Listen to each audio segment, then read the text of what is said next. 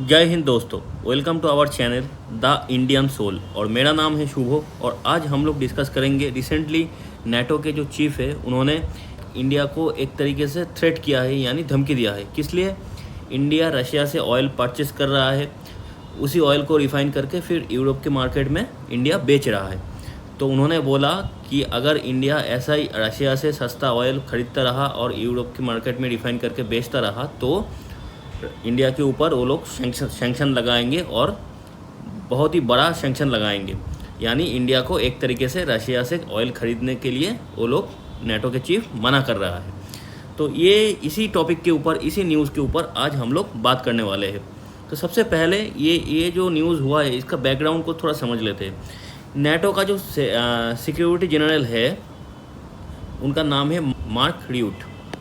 तो उन्होंने क्या किया, उन्होंने सिर्फ इंडिया को धमकी दिया ऐसा नहीं है। इंडिया, चाइना, ब्राज़ील, इन तीनों देश, क्योंकि ये तीनों देश जो कि ब्रिक्स के अंडर आता है, रशिया से बहुत ही बड़े अमाउंट में सस्ते प्राइस में ऑयल ख़रीदता है। तो इसीलिए नाटो के जो सेक्रेटरी जनरल है मार्क र्यूट, इन्होंने कहा कि ये इंडिया, चाइना और ब्राज़ील के ऊपर हम लोग सैंक्शन लगाएंगे, क्योंकि ये लोग रशिया से ऑयल ख़रीद रहा है और एक तरीके से रशिया को फंड कर रहा है कि वो यूक्रेन के साथ अपना लड़ाई जारी रखे। आज दिस कंट्रीज, उन्होंने और भी कहा कि इन तीनों देशों के, उन्होंने बोला कि रशिया के ऊपर ये जो यूक्रेन का वार लेके जो पीस टॉक होना चाहिए, इसके लिए रशिया के ऊपर प्रेशर डाले। किनको बोला? इंडिया, चाइना और ब्राज़ील को।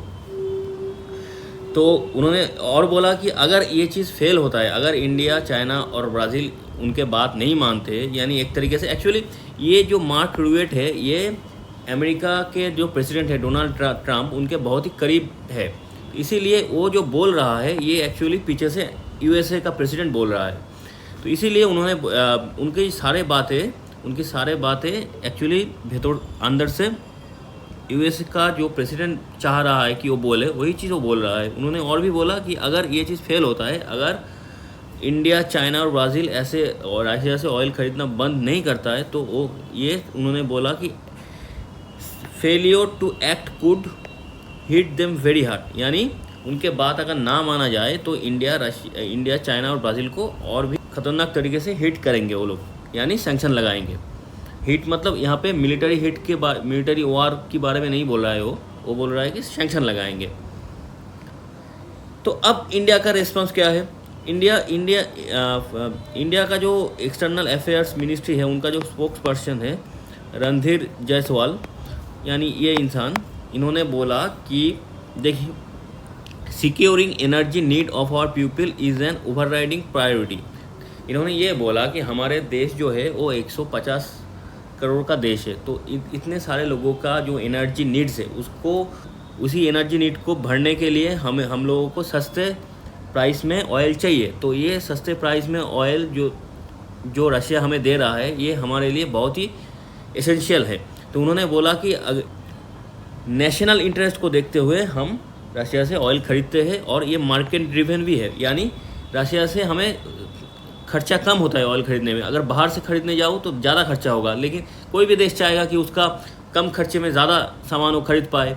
तो इसीलिए हम मार्केट ड्रिवन भी होते हैं और नेशनल इंटरेस्ट भी देखते हैं, और influenced by global supply and pricing. जो मैंने बोला कि प्राइसिंग के हिसाब से भी रशिया का ऑयल हमारे लिए सस्ता पड़ता है, वो भी गुड क्वालिटी का।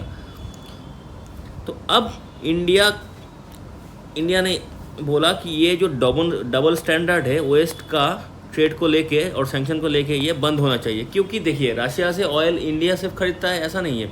जब जंग शुरू हुआ था यूक्रेन के साथ रशिया का, उस टाइम पे भी यूरोप ने क्या किया था, रशिया से नेचुरल गैस और ऑयल खरीदता था। अगर वेस्ट खुद खरीदे तो ठीक है, लेकिन इंडिया खरीदे तो गलत है। ये डबल स्टैंडर्ड नहीं चलने वाला, यही चीज़ उन्होंने बोला। और क्या बोला? ग्लोबल कॉन्टेक्स्ट में इंडिया, चाइना, ब्राज़ील, ये सारे टॉप इम्पोर्टर्स है रशियन क्रूड ऑयल का। डिस्पाइट वेस्टर्न सैंक्शन जितना भी हो, कभी भी इंडिया, चाइना और ब्राज़ील ने कभी भी रशिया से ऑयल खरीदना बंद नहीं किया, क्योंकि इन तीनों ने एक तरीके से ब्रिक्स का पार्ट भी है। ब्रिक्स में क्या आता है? ब्राज़ील, रशिया, इंडिया, चाइना और साउथ अफ्रीका। ये सारे देश क्या है?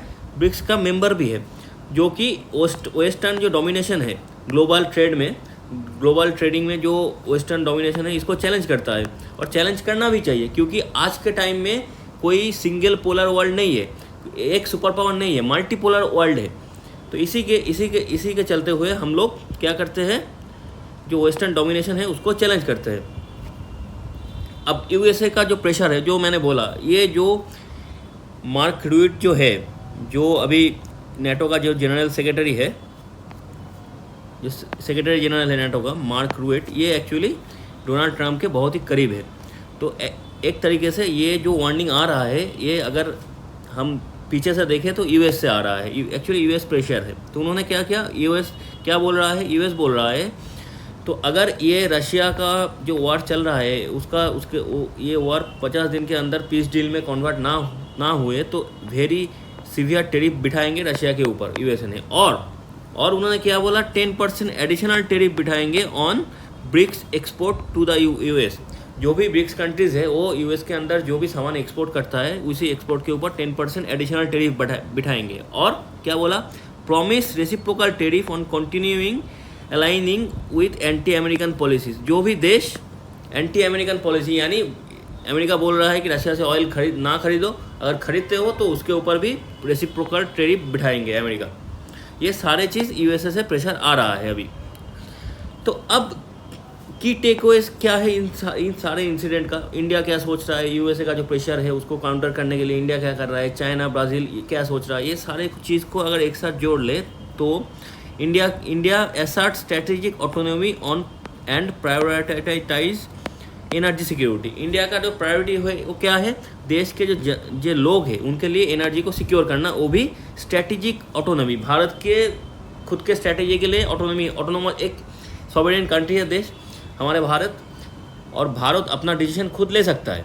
तो इसीलिए स्ट्रेटेजिक ऑटोनॉमी भारत को चाहिए, उसी हिसाब से काम कर रहा है। और एनर्जी सिक्योरिटी जो पूरे देश को देनी है वो भी सस्ते प्राइस में, क्योंकि हमारा पैसों भी बच जाए और काम भी हो जाए, यही हर देश चाहता है। तो इसीलिए हम लोगों का प्रायोरिटी क्या है, energy security with strategic autonomy. फिर क्या, वेस्टर्न प्रेशर में depend the divide between NATO alliance and emerging power. तो वेस्टर्न प्रेशर जो आ रहा है ये क्या कर सकता है, जो नेटो के अंदर जो भी देश है उसके साथ जो इमर्जिंग पावर्स है, जैसे कि इंडिया, चाइना एक सुपर पावर, इमर्जिंग पावर नहीं है, चाइना तो सुपर पावर है, रशिया और साउथ अफ्रीका, ये सारे देश, ब्राज़ील, ये जो कि इमर्जिंग पावर है, इनके साथ नेटो एलायंस का एक डिफरेंस बन सकता है।